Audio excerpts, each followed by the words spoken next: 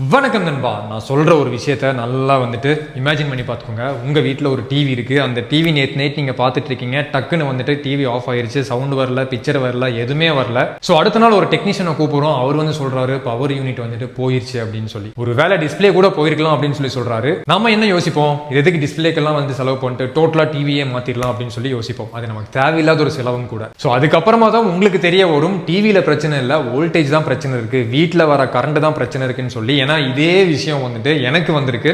என் வீட்டில் பார்த்தீங்க அப்படின்னா இந்த மாதிரி வோல்டேஜ் ஃப்ளக்சுவேஷன், வோல்டேஜ் ப்ராப்ளம் இதெல்லாம் இருந்து பவர் யூனிட் போய் சிப்பு போய் எல்லாத்தையும் பார்த்தீங்க அப்படின்னா மாற்றி இப்போ தான் செட் பண்ணி வச்சிருக்கேன். ஒவ்வொரு டிவைசஸ்க்கும் நான் ஸ்டெபிலைசர்ஸ் அப்டேட் பண்ணிட்டே வந்துட்டு இருக்கேன். ஸோ இன்னைக்கு இந்த வீடியோவில் பார்த்தீங்க அப்படின்னா உங்கள் வீட்டில் இருக்கிற டிவி, அது என்ன டிவியாக இருந்தாலும் சரி, அதை மெயின்டைன் பண்ணுறதுக்கு ஒரு 5 டிப்ஸ் நான் சொல்ல போகிறேன். ஸோ டிப் நம்பர் 1, டிவியை ப்ராப்பராக ஆஃப் பண்ணணும். இதெல்லாம் ஒரு டிப்பாடா, டிவியை ஆஃப் பண்ணுறேன் எங்களுக்கு தெரியாதான்னு சொல்லி கேட்பீங்க. எஸ், நிறைய பேர் பார்த்தீங்க அப்படின்னா டிவியை ப்ராப்பராக ஆஃப் பண்ணுறதே கிடையாது. நம்ம என்ன பண்ணுவோம், டக்குன்னு ரிமோட் எடுப்போம், பவர் பட்டனை அமுத்தி கொடுப்போம், டிவியை ஆஃப் பண்ணிடுவோம். ஆனால் டிவியில் லைட் எரிஞ்சிக்கிட்டே தான் இருக்கும், உள்ள பவர் வந்துக்கிட்டே தான் இருக்கும். இதனால பார்த்தீங்க அப்படின்னா நம்ம டிவி போகிறதுக்கு நிறைய சான்சஸ் இருக்குது. அப்படி பண்ணாமல் ரிமோட் எடுங்க, டிவியை ஆஃப் பண்ணுங்கள், டேரெக்டாக பார்த்தீங்க அப்படின்னா ஸ்விட்சும் ஆஃப் பண்ணுங்கள். இந்த பவர் ஃப்ளக்சுவேஷனு, வோல்டேஜ் ப்ராப்ளம்ஸ் இருக்கிற வீடாக இருந்துச்சுன்னா உங்கள் வீடு, அந்த ப்ளக் பாயிண்ட்டை ரிமூவ் பண்ணிடுங்க. ப்ளக் பாயிண்ட் ரிமூவ் பண்ணலாம் அப்படின்னா சும்மா நீங்கள் குத்தி வச்சுருந்தா கூட கண்டிப்பாக பார்த்தீங்க அப்படின்னா உங்களோட டிவைஸ் போகும். ஏன்னா என் வீட்டில் அந்த மாதிரி நிறைய டிவைஸ் போயிடுச்சு. அதனால் இது ஒரு டிப்பாக எடுத்துக்கோங்க. இதனால பார்த்தீங்க அப்படின்னா எலக்ட்ரிசிட்டி பில்லும் கம்மியாகிறதுக்கு நிறையவே சான்சஸ் இருக்குது. ரொம்ப பெருசாக கம்மியாகாது, ஓரளவுக்கு பார்த்தீங்க அப்படின்னா கம்மியாகிறதுக்கு நிறையவே சான்சஸ் இருக்குது. டிப் நம்பர் 2, ஒரு நல்ல சூப்பரான ஒரு ஸ்டெபிளைசரை உங்கள் டிவிக்கு வாங்கி மாட்டுங்க. இந்த டிவி பார்த்தீங்க அப்படின்னா பிராண்ட் நியூ டிவி, சூப்பராக ஒர்க் பண்ணும், நல்லா சவுண்டெல்லாம் வரும், எல்லாமே வரும். ஆனால் இந்த டிவியும் பார்த்தீங்க அப்படின்னா திடீர்னு சொல்லாமல் கொள்ளாமல் செத்து போகிறதுக்கு நிறையவே சான்சஸ் இருக்குது. ஸோ அந்த மாதிரி உங்கள் டிவி ஆகக்கூடாது அப்படின்னா ஒரு நல்ல ஸ்டெபிளைசர், சும்மா லோக்கலாக கிடைக்கிற 300, 400, 500, 600 ஸ்டெபிளைசர் நார்மலாக கிடைக்கும். அந்த மாதிரி போகாமல் இருக்கிறதுலே பெஸ்ட் ஸ்டெபிளைசரை வாங்கி உங்கள் டிவிக்கு இப்போவே மாட்டுங்க. ஸோ திடீர்னு ஓடிட்டு இருக்கிற டிவி செத்து போச்சு அப்படின்னா நம்ம யோசிக்கிறதே டிவிக்கு ஏதோ ஆயிடுச்சு போல இருக்குது, அவ்வளோதான், நம்ம ஒரு 10,000 கொடுத்து வாங்கிட்டோம், தூக்கி போட்டு வேறு வாங்கிடலாம் அப்படின்னு சொல்லி யோசிப்போம். ஆக்சுவலி அந்த மாதிரி ஆகக்கூடாது அப்படின்னா நல்ல ஒரு ஸ்டெபிளைசர் நான் சொல்லியிருந்தேன். ஸோ அந்த நல்ல ஸ்டெபிளைசர் எது அப்படின்னா இதோ இந்த விகார்டோட கிறிஸ்டல் டிடி 100+ அப்படிங்கிற இந்த ஸ்டெபிளைசர். ஸோ பல டிவி பிராண்ட்ஸ் பார்த்தீங்க அப்படின்னா இப்போ யூஸ்வலி வர பல டிவி பிராண்ட்ஸ் எங்கள் டிவிக்குள்ள இன்பில்டாகவே ஸ்டெபிளைசர் இருக்குன்னு சொல்லுவாங்க. இப்படி தான் மார்க்கெட்டிங்கே பண்ணுறாங்க. டிவிஸ்க்கு பழைய டிவிக்கு தான் ஸ்டெபிளைசர் தேவை, இப்போ வர டிவிக்கெல்லாம் ஸ்டெபிளைசரே தேவையில்லை அப்படின்னு சொல்லி ஒரு விஷயத்தை பார்த்தீங்க அப்படின்னா மார்க்கெட்டிங் பண்ணுறாங்க. ஆக்சுவலி அவங்க சொல்கிறது எல்லாமே பார்த்தீங்க அப்படின்னா கரெக்ட் தான். டிவிக்குள்ள ஒரு பொருள் இருக்கு, அதோட பேர் எஸ்எம்பிஎஸ். எஸ்எம்பிஎஸ் இந்த சடனாக நடக்கிற பிரச்சனைகளை தடுக்கவே தடுக்காது. ஸ்டெபிளைசர் பார்த்தீங்க அப்படின்னா ஹை வோல்டேஜ் உள்ள இழுத்து எந்த மாதிரி ஒரு வோல்டேஜ் உள்ள வந்தாலும் அதை நார்மலாக்கி நம்ம எலக்ட்ரானிக் டிவைஸ் கொடுக்கும். இப்போ நம்ம கம்ப்யூட்டர், என்னோட கம்ப்யூட்டர் பார்த்தீங்க அப்படின்னா போச்சு, அதில் எஸ்எம்பிஎஸ் இருக்கு. எஸ்எம்பிஎஸ் இருந்தும் கம்ப்யூட்டர் செத்து போச்சு. ஸோ இந்த மாதிரி டிவிஸ்குள்ள மாடர்னாக வர டிவிஸ்குள்ளெல்லாம் பார்த்தீங்க அப்படின்னா எஸ்எம்பிஎஸ் தான் வச்சிருக்காங்களே தவிர உள்ள ஸ்டெபிளைசர்ஸ் கிடையாது. இதே நம்மளோட ஸ்டெபிளைசர் பார்த்தீங்க அப்படின்னா வர ஏசியை டிசியாக கன்வெர்ட் பண்ணி உள்ள கொடுக்கும். ஸோ என்னதான் டிவிக்குள்ள எஸ்எம்பிஎஸ் இருந்தாலும் அதிகபட்சம் ஓரளவுக்கு தான் பார்த்தீங்க அப்படின்னா தாக்கு பிடிக்கும். அதிகமான வோல்டேஜ் வருது, டக்குன்னு லோ வோல்டேஜ் வருது அப்படின்னா பிக்சர் குவாலிட்டி மங்கலாகும். என் வீட்டில் நடந்துச்சு, என் டிவிக்கு பிக்சர் குவாலிட்டி பார்த்தீங்க அப்படின்னா ஒரு மாதிரி மங்கி போய் தெரியும்.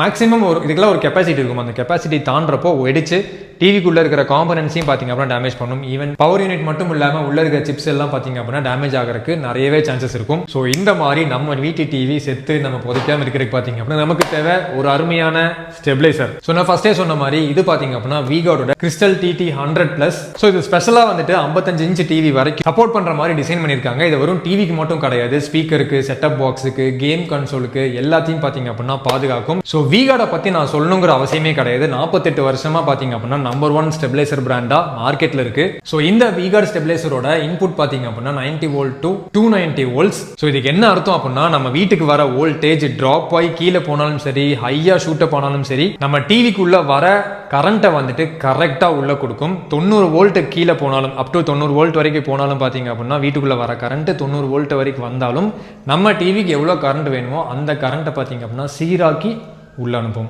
ஸோ இப்போ இந்த ஸ்டெபிளைசரை செட்டப் பண்ணிடலாம். இதுக்கு இந்த ஸ்டெபிளைசரை செட் பண்ணுறதுக்கு நமக்கு ஒரு எலக்ட்ரிஷியன் வேணும், அந்த மாதிரிலாம் எதுவுமே கிடையாது. யார் வேணாலுமே செட் பண்ணலாம். 2 டிவைசஸை கனெக்ட் பண்ணிக்க முடியும். ஸோ பர்ஃபெக்டாக இங்கே ஸ்டெபிளைசரை செட் பண்ணியாச்சு. இந்த டிஜிட்டல் டிஸ்பிளே பார்த்தீங்களா, சூப்பராக இருக்குது. இன்புட் அவுட்புட் அப்படின்னு சொல்லியே காட்டும். இப்போ இன்புட் 234 வந்துட்டுருக்கு. அவுட்புட் பார்த்தீங்க அப்படின்னா 234 போயிட்டுருக்கு, கரெக்டாக போயிட்டுருக்கு. பின்னாடி டிவியோட அந்த ப்ளக் பாயிண்ட்டை கனெக்ட் பண்ணியாச்சு. பின்னாடி டிவியோட ப்ளக் பாயிண்ட் இருக்குது. ஸோ இதை பார்க்குறக்கே வந்துட்டு பயங்கர ஸ்டைலிஷாக இருக்குது. விகார்டோட இந்த ஸ்டெபிளைசர் பார்க்குறக்கு பயங்கர ஸ்டைலிஷாக இருக்குது. ஸோ விகார்ட் அப்படிங்கிற அவங்களோட பிராண்டிங் இங்கே போட்டிருக்காங்க. இது என்ன மாடலோ அந்த மாடல் கிறிஸ்டல் TT 100+ அப்படின்னு சொல்லி கொடுத்துருக்காங்க. ஸோ ஸ்டெபிளைசரை வந்துட்டு சூப்பராக செட் பண்ணியாச்சு. நான் ஃபஸ்ட்டே சொன்ன மாதிரி இதுக்கு யாரோட ஹெல்ப்பும் தேவையில்லை, நம்ம தனியாக பண்ணிக்கலாம். இந்த ஸ்டெபிளைசருக்குள்ளே வந்துட்டு ஒரு சூப்பரான ஒரு விஷயம் இருக்குது. சர்ஜ் ப்ரொடெக்ஷனை வந்துட்டு உள்ளே கொடுத்துருக்காங்க. ஒருவேளை நம்ம வீட்டுக்குள்ளே பார்த்தீங்க அப்படின்னா பவர் சர்ஜ் ஆகுது இல்லை வோல்டேஜ் ட்ராப் ஆகுது அப்படிங்கிறப்போ ஆட்டோமேட்டிக்காக பார்த்தீங்க அப்படின்னா இந்த ஸ்டெபிளைசரில் பவர் வந்துட்டு கட் ஆஃப் ஆகும். இதனால நம்மளோட டிவைசஸ் எல்லாமே சேஃபாக இருக்கும், எந்தவித டேமேஜும் ஆகாமல் இந்த ஸ்டெபிளைசர் தடுத்துரும். ஸோ ஈவன் எலக்ட்ரிசிட்டி பார்த்தீங்க அப்படின்னா ஒரு மாதிரி ஃபிளிக்கர் ஆகும் சில வீட்டில். அந்த மாதிரி ஆனால் கூட பார்த்தீங்க அப்படின்னா டிவி வந்துட்டு ரீஸ்டார்ட்டும் ஆகாது, ஃப்ரீஸும் ஆகாது. சில டைம் பார்த்தீங்க அப்படின்னா இந்த எலக்ட்ரானிக் டிவைசஸ் எல்லாம் பயங்கரமாக ஹாட் ஆகும். ஸோ இந்த ஸ்டெபிளைசரில் அந்த பிரச்சனை கிடையாது. உள்ளாரே பார்த்தீங்க அப்படின்னா தெர்மல் ஓவர்லோட் ப்ரொடெக்ஷன் இருக்கிறனால ஸோ ஆட்டோமேட்டிக்காக அது ஷட் டவுன் ஆயிரும். எதுக்காக அப்படின்னா நம்ம டிவிக்கு வரப்போற இல்லை நம்மளோட டிவைசஸ்க்கு வரப்போற டேமேஜை வந்துட்டு ப்ரிவென்ட் பண்றதுக்காக. ஹானஸ்டா சொல்லணும் அப்படின்னா பழைய ஸ்டெபிளைசர் பல்கான ஸ்டெபிளைசர் மாதிரி இல்லாமல் நம்மளோட டிவைசஸ்க்கு ஏற்ற மாதிரி இப்போ டிவி ஸ்லிம் ஆயிருச்சு, நம்மளோட கேமிங் கன்சோல்லாம் வேறு மாதிரி ஆயிடுச்சு. அதுக்கு ஏற்ற அளவுக்கு பார்த்தீங்க அப்படின்னா ஸ்டெபிளைசரும் அப்டேட் ஆயிருக்கு. பார்க்குறதுக்கே செம்ம லுக்காக இருக்கும். கண்டிப்பாக வீட்டுக்கு வரவங்க கேட்பாங்க இது என்ன அப்படின்னு சொல்லிட்டு. அந்த அளவுக்கு பார்த்தீங்க அப்படின்னா ஸ்டைலிஷாக விகார்டு வந்துட்டு டிசைன் பண்ணி கொடுத்துருக்காங்க. விகார்டுக்கு தெரியும் நம்மளோட டிவிக்கு ஏற்ற மாதிரி நம்மளோட ஹோம் அப்ளைன்சஸ்க்கு ஏற்ற மாதிரி ஸ்டெபிளைசரும் வந்துட்டு அப்டேட் பண்ணணும்னு சொல்லி சூப்பராக அப்டேட் பண்ணியிருக்காங்க. ஸோ விகார்டு பார்த்தீங்க அப்படின்னா சாலிடாக 3 வருஷம் காம்ப்ரிஹென்சிவ் வாரண்டி கொடுக்குறாங்க. ஸோ இது வெறும் ப்ரொடெக்ஷன் கிடையாது, 3 வருஷத்துக்கு நம்ம மைண்டை பயங்கர பீஸ்ஃபுல்லாக வச்சுக்கலாம். பல 1000 ரூபா கொடுத்து டிவி வாங்குறோம், கொஞ்சோண்டு சேர்த்தி போட்டால் நம்ம டிவியை நம்ம அதிகமாக காசு கொடுத்து வாங்கின டிவியை ப்ரொடெக்டும் பண்ணலாம். இந்த ஸ்டெபிளைசரோட லிங்க் நான் கீழே டிஸ்கிரிப்ஷனில் கொடுத்துருக்கேன், செக் பண்ணி பாருங்க. டிப் நம்பர் 3 ரொம்ப முக்கியமான ஒரு டிப் அப்படின்னு சொல்லுவேன். உங்களோட வீட்டில் டிவி எல்லாத்தோட வீட்லையுமே எவ்வளோ பிரைட்னஸ் இருக்கோ, 100 பிரைட்னஸ் இருந்துச்சு அப்படின்னா 100 பிரைட்னஸ் வீட்டில் இருக்கும். அதிகபட்சமான பிரைட்னஸ் தான் வச்சு எல்லாருமே பார்த்துட்டு இருப்பீங்க. என் வீட்டில் அந்த மாதிரி டிவி கிடையாது. ஸோ என் வீட்டில் வந்துட்டு மேக்ஸிமம் 40 to 50 தான் நான் வச்சிருப்பேன், அதுக்கு மேலே போவே போகாது. ஏன் அப்படின்னா அதிகமாக பிரைட்னஸ் நம்ம வைக்கிறப்போ டிவி பார்த்தீங்க அப்படின்னா டிவிக்கு அதிகமாக நம்ம ப்ரெஷர் கொடுக்கறதுக்கான சமம். உள்ளே இருக்கிற அந்த LED பேனல்ஸு OLED ஆகட்டும் இதெல்லாம் வந்துட்டு அதிகமாக சூடாய் அதிகமாக நம்ம அதுக்கு வேலை கொடுத்து சீக்கிரமாக பிடுங்கிட்டு போகிறதுக்கு நிறைய வாய்ப்பு இருக்குது. அதனால் முடிஞ்ச அளவுக்கு பார்த்தீங்க அப்படின்னா பிரைட்னஸை கம்மி பண்ணி வைங்க. அது மட்டும் இல்லாமல் அதிகமாக பிரைட்னஸ் வச்சு பார்க்கறது நம்ம கண்ணுக்கும் அது கேடு. அதிகமாக பிரைட்னஸ் இருக்கிறப்போ இப்படியெல்லாம் பிரச்சனைகள் இருக்கும். மேக்ஸிமம் வந்துட்டு பிரைட்னஸ் கம்மி பண்ணி வச்சு டிவியை யூஸ் பண்ணுங்க. ஸோ 4th டிப்பு, உங்கள் டிவி வந்துட்டு நல்லா மூச்சு விடட்டும். ஆக்சுவலி பார்த்தீங்க அப்படின்னா பல பேர்த்தோட வீட்டில் டிவியை வந்துட்டு போட்டு அடைச்சி வச்சிருப்போம். ஏதாவது ஒரு பேனல்லாம் செட் பண்ணி உள்ளே தூக்கி அடைச்சி வைக்கிறது, அதுக்கப்புறமா வந்துட்டு ஏதோ ஒரு கண்ணாடி பெட்டிக்குள்ளே போட்டு வச்சிருப்போம். அந்த மாதிரி இல்லாமல், ஏன்னா டிவியும் வந்துட்டு கிட்டத்தட்ட ஒரு எலக்ட்ரானிக் டிவைஸ் தான். நமக்கு எப்படி மூச்சு விடுறதுக்கு வந்துட்டு நல்ல ஸ்பேஸ் வேணுமோ, கண்ணாடிக்குள்ளே உட்கார வச்சு மூச்சு விட்றான்னு சொன்னால் மூச்சு விட முடியாதுல்ல, அந்த மாதிரி பார்த்தீங்க அப்படின்னா டிவிக்கும் அதுக்கான ஸ்பேஸ் வேணும். நல்ல ஒரு காத்தோட்டமாக இருக்கிற இடத்துல வந்து நம்ம டிவியை வச்சோம் அப்படின்னா நல்லா வந்துட்டு அதுவும் மூச்சு விடும். அதோட மூச்சு பல நாளைக்கு நீடிக்கும். நம்ம செத்ததுக்கு அப்புறமா கூட பார்த்தீங்க அப்படின்னா நம்ம வீட்டில் டிவி ஓடிட்டு இருக்கும். டிப் நம்பர் 5, நம்ம டிவியை வாங்கிட்டு வந்து மாட்டுவோம். மாட்டினதோடு சரி, அந்த டிவி திருப்பியும் வந்துட்டு தூக்கிட்டு போய் போடுற வரைக்கும் அந்த டிவியை துடைக்கவே மாட்டோம். முன்னாடி க்ளீனாக இருக்கும், பின்னாடி பார்த்தீங்க அப்படின்னா துடைக்கவே மாட்டாங்க. ஈவன் என் வீட்டில் அந்த ஒரு பிரச்சனை இருக்குது. ஏன் அப்படின்னா பின்னாடி எல்லாம் எவன் போய் துடைப்போம் அப்படின்னு சொல்லி விட்டுருவோம். அதனால என்ன ஆகும் தெரியுமா, இந்த தூசியெல்லாம் ஃபார்ம் ஆகி அந்த ஏர் வென்டிலேஷன் போகிற அந்த கேப்ஸ் எல்லாம் இருக்குது பாருங்கள், அங்கெல்லாம் போய் அடைச்சி நின்றுட்டு அந்த ஹீட்டை வந்துட்டு உள்ளே வச்சுக்கும்.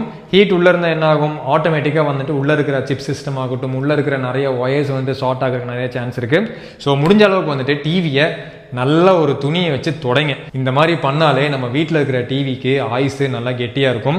ஸோ முடிஞ்ச அளவுக்கு நான் சொன்ன இந்த டிப்ஸ் எல்லாமே ஃபாலோ பண்ணுங்கள். மெயினான விஷயம் ஸ்டெபிளைசர், அதை மறந்துடாதீங்க. ஸ்டெபிளைசரை போட்டாலே போதும், ஆயிலை டபுள் பண்ணி கொடுக்கறதுக்கு சமம். ஸோ அந்த ஸ்டெபிளைசரோட லிங்க் நான் கீழே டிஸ்கிரிப்ஷனில் கொடுத்துருக்கேன். அந்த பாயிண்ட்டையும் மறந்துட வேண்டாம். நான் லாஸ்ட்டாக சொன்ன அந்த துடைக்கிற பாயிண்ட்டையும் மறந்துட வேண்டாம். நீங்கள் வேணால் போய் தொடச்சி பாருங்கள், பின்னாடி எவ்வளோ தூசி இருக்குன்னு சொல்லி உங்களுக்கே தெரியும்.